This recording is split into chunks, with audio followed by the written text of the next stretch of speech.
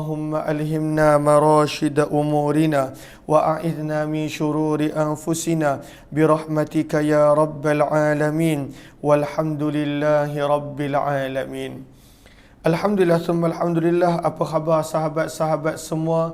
Sabahun nur, sabahul khair, selamat pagi. Salam pertemuan dalam Hayati Quran siri yang ke-623 bersama dengan saya Umar Aziz.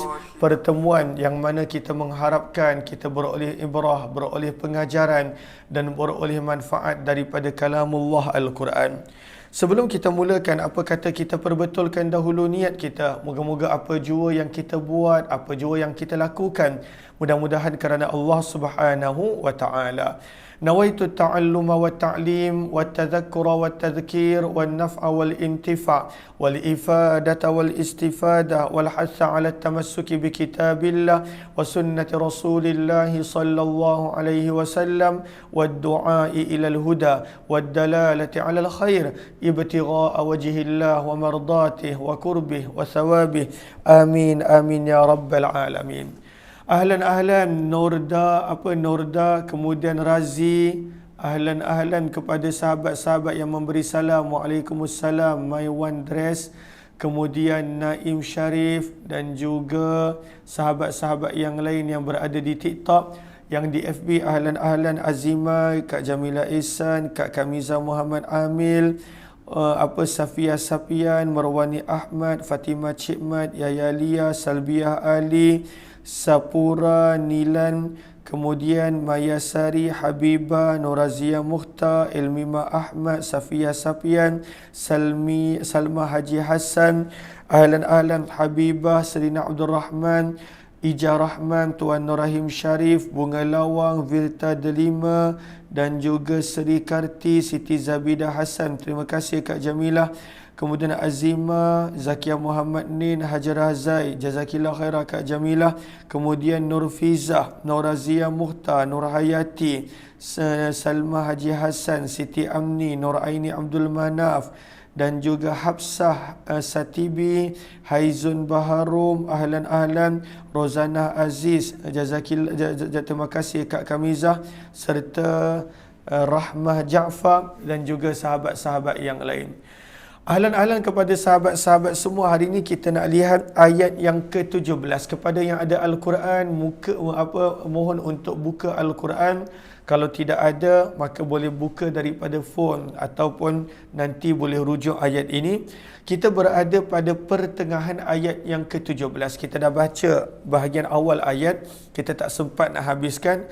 Kita dah berada pada pertengahan ayat yang ke-17, muka surat 179. Surah yang ke-8 Al-Anfal. Lalu apa kata kita baca dahulu ayat ini, kemudian kita lihat tadakkur, pengajaran yang kita beroleh daripadanya. Surah yang ke-8 ayat yang ke-17, muka surat 179. A'udzu billahi minasy syaithanir rajim. Bismillahirrahmanirrahim. Falam taqtuluhum walakinna Allah qatalahum wama ramaita idh ramaita walakinna Allah rama waliyubliyal mu'minina minhu bala'an hasana innallaha sami'un alim. Zalikum wa annallaha muhinu kaidil kafirin.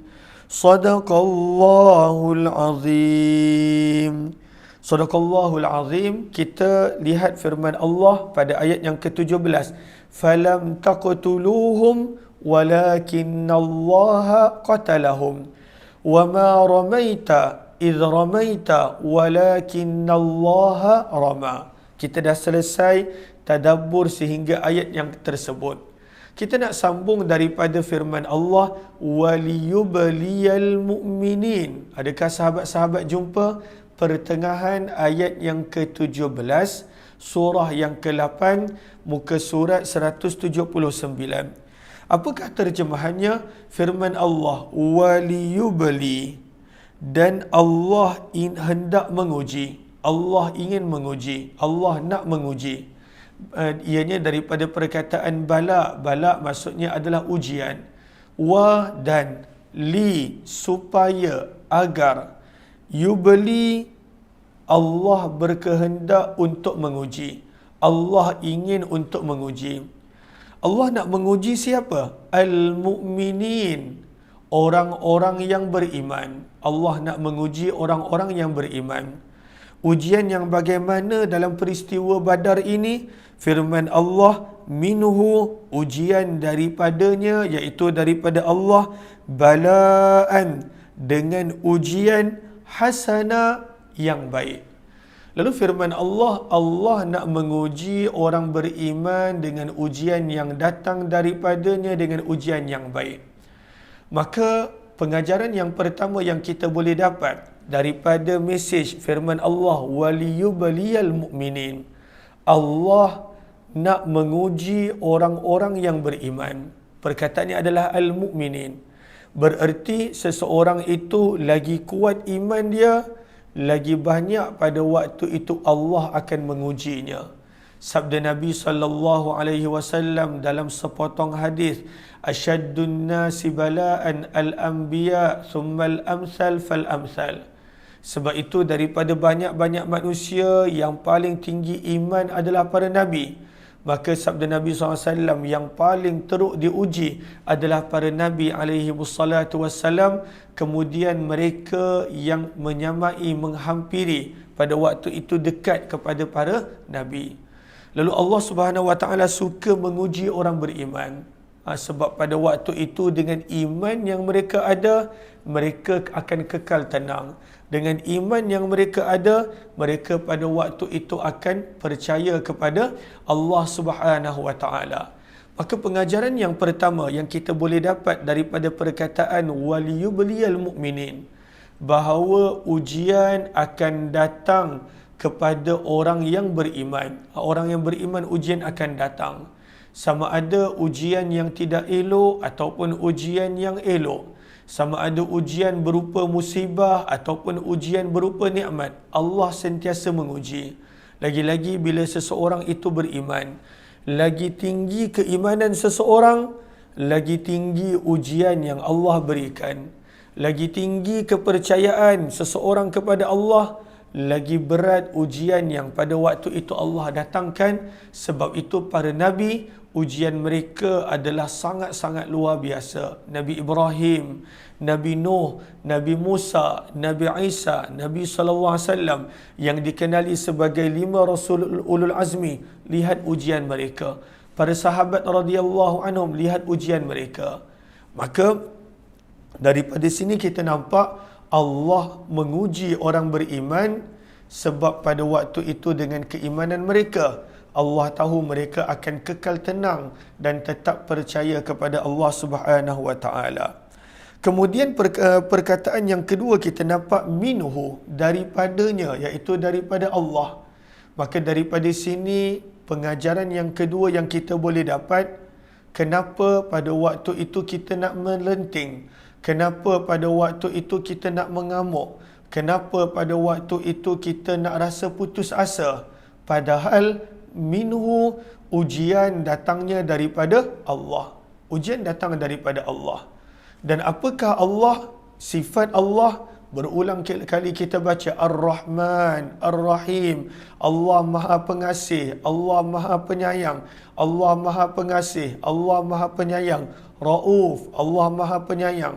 Lalu Allah adalah zat yang sangat kasih dan sayang kepada hamba-Nya. Lalu bila Allah uji, sebenarnya pada waktu itu ada kebaikan yang bakal datang.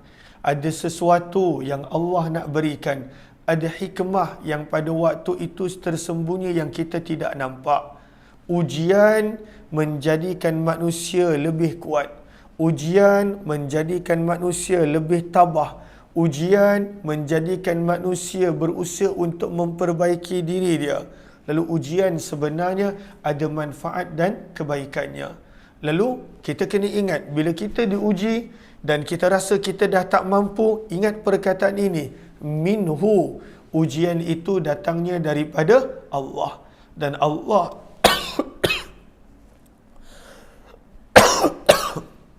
minta maaf, Allahumma salli ala Muhammad.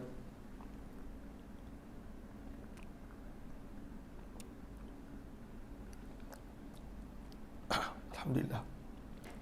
Lalu ujian bila datang daripada Allah, maka kita akan percaya kepada Allah, sebab Allah tidak pernah uji luar daripada kemampuan kita, melebihi kemampuan kita, dan Allah uji dalam keadaan sebenarnya Allah sayang kita. Allah sayang kita. Lalu sebab itu perkataan minhu, patut pada waktu itu kita ingat, ya Allah, ini ujian daripada Allah. Allah uji dalam keadaan Allah sayang kita. Allah uji dalam keadaan Allah nak berikan sesuatu kepada kita. Allah uji kerana Allah tahu itu adalah kemampuan kita. Waliyubliyal mu'minina minhu bala'an hasana. Bala'an ujian, hasana yang baik. Maka bala'an hasana, apakah maksud ujian yang baik? Kata para ulama tafsir, ujian berupa nikmat. Nikmat pun adalah ujian. Lalu kenapa nikmat ujian? Bukan musibah ujian, kesengsaraan ujian. Tetapi kenapa Allah sebut bala'an hasana, ujian yang baik?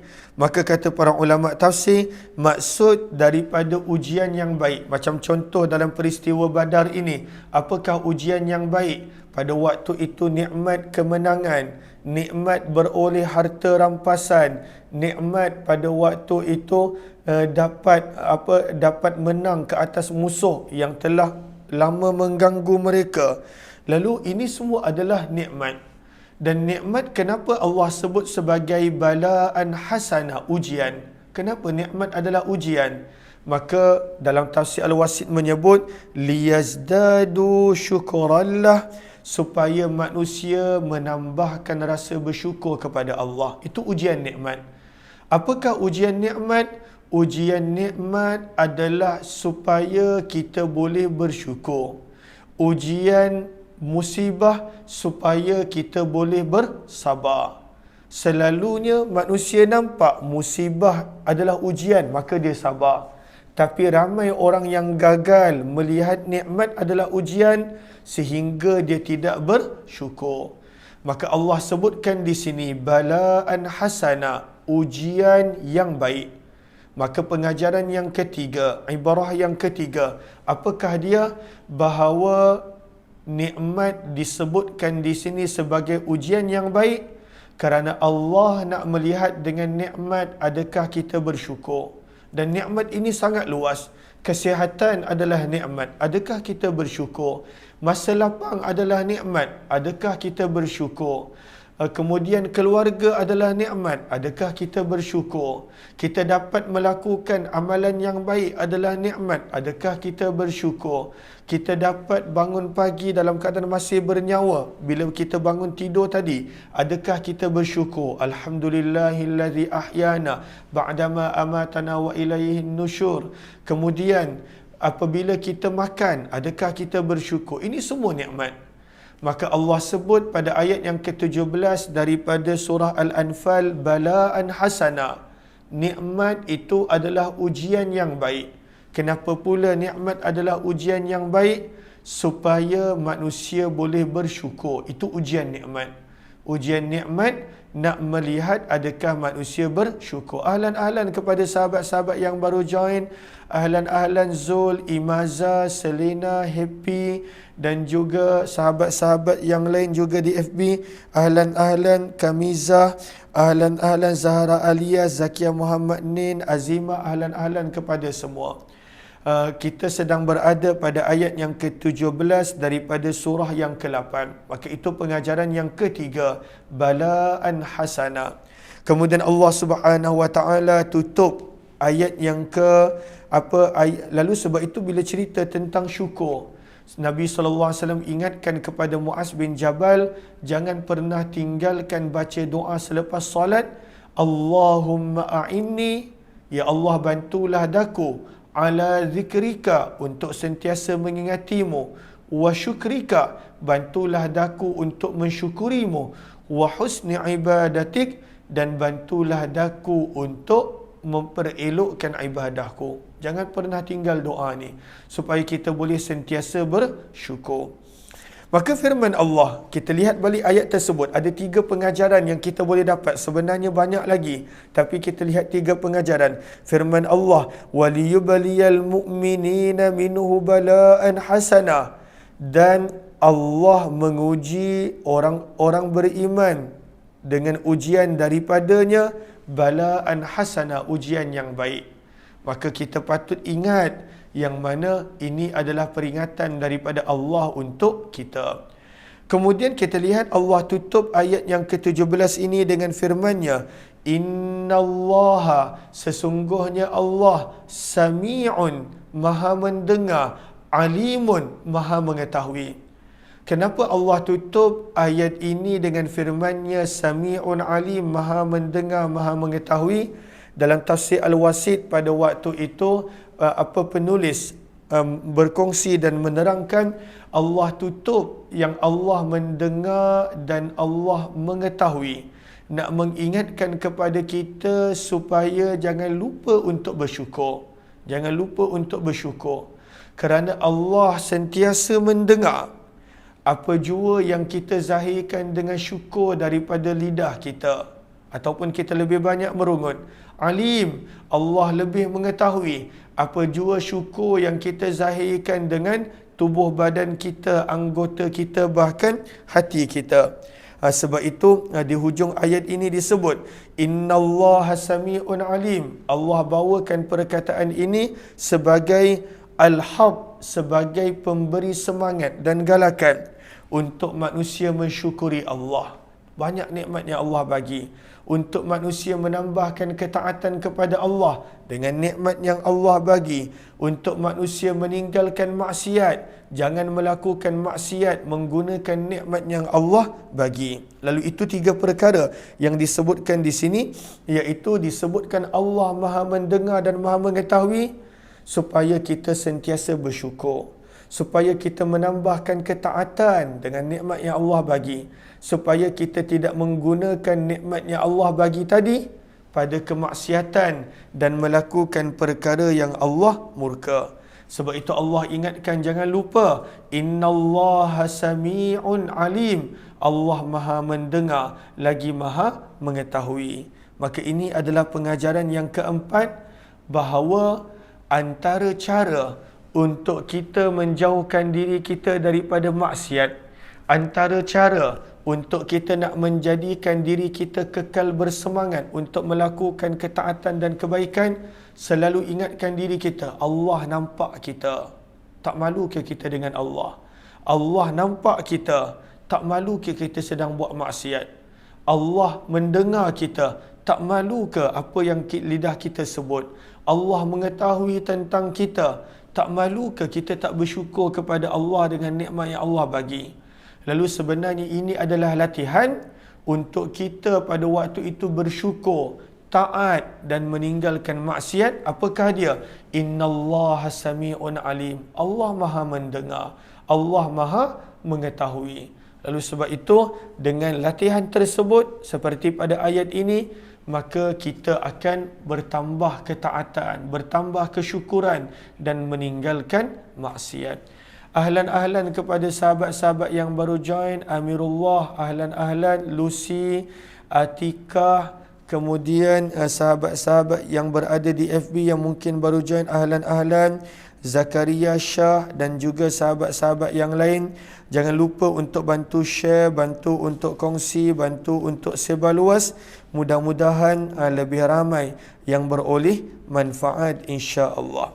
Ayat yang seterusnya, ayat yang ke-18, firman Allah Subhanahu wa taala, "Dzalikum wa anna Allaha muhinu kaidil kafirin." Maka ayat yang ke-18 adalah sambungan tentang bantuan-bantuan yang Allah berikan. Maka firman Allah Subhanahu wa taala, "Dzalikum", yang demikian itu.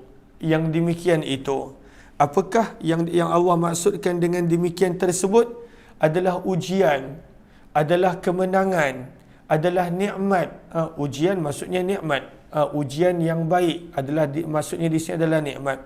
Maka firman Allah, nikmat-nikmat yang Allah berikan, kemenangan wahai para sahabat dalam perang Badar, kemenangan dalam peperangan yang pertama yang mereka hadapi, yang pada waktu itu besar, banyak lagi perang sebelum itu, tapi peperangan besar dengan apa harta rampasan yang mereka dapat. Maka kenapa Allah beri nikmat kepada orang yang beriman supaya orang beriman bersyukur? Allah nak ingatkan, wa annallaha, dan sesungguhnya Allah muhin, melemahkan kaidi, tipu daya, perancangan al-kafirin, orang-orang yang kufur dan ingkar. Maka Allah Subhanahu wa taala ingatkan bahawa kemenangan yang umat Islam dapat, yang mana ianya adalah ujian untuk orang umat Islam bersyukur.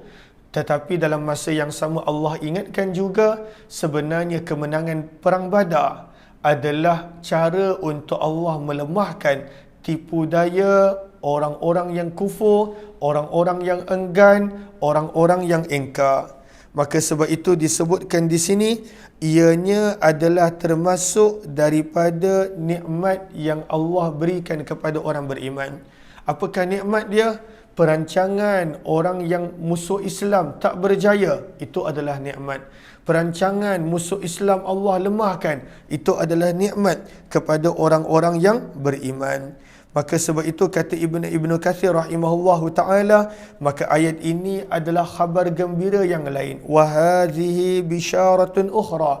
Ini adalah khabar gembira yang lain yang Allah Subhanahu wa taala berikan kepada orang beriman, bukan sekadar Allah mengurniakan mereka kemenangan, Allah gagalkan perancangan musuh mereka. Allah gagalkan pada waktu itu tipu daya musuh mereka. Dengan mereka kalah, mereka mengalami pada waktu itu begitu banyak kematian, ditawan tentera mereka daripada kalangan Quraisy. Sebenarnya ini juga adalah pada waktu itu satu nikmat yang perlu disyukuri, dan pada waktu itu satu nikmat yang patut menambahkan ketaatan manusia kepada Allah Subhanahu wa taala. Maka inilah ayat yang menceritakan tentang peristiwa Badar. InsyaAllah kita akan sambung ayat yang ke-19 esok insyaAllah. Terima kasih kepada sahabat-sahabat semua. Minta maaf di atas segala kekurangan. Apa yang baik semestinya daripada Allah. Wabillahi taufiq wal hidayah. Assalamualaikum warahmatullahi wabarakatuh. Subhanakallahumma wa bihamdika nashhadu an la ilaha illa anta nastaghfiruka wa natubu ilaik. Subhana rabbika rabbil izzati amma yasifun wa salamun alal mursalin walhamdulillahi rabbil alamin. Jumpa lagi insya-Allah. Ada yang tanya surah apa? Ini adalah surah Al-Anfal. Setiap hari kita baca satu ayat. Tadi kita kupas ayat yang ke-17. InsyaAllah esok kita akan sambung ayat yang ke-19. Muka surat berapa tadi? 179. Lalu kita terus menerus. Kita bukanlah ambil satu ayat setiap hari jam 8.30 hingga 8.55 insya-Allah. Terima kasih semua. Jumpa lagi insya-Allah.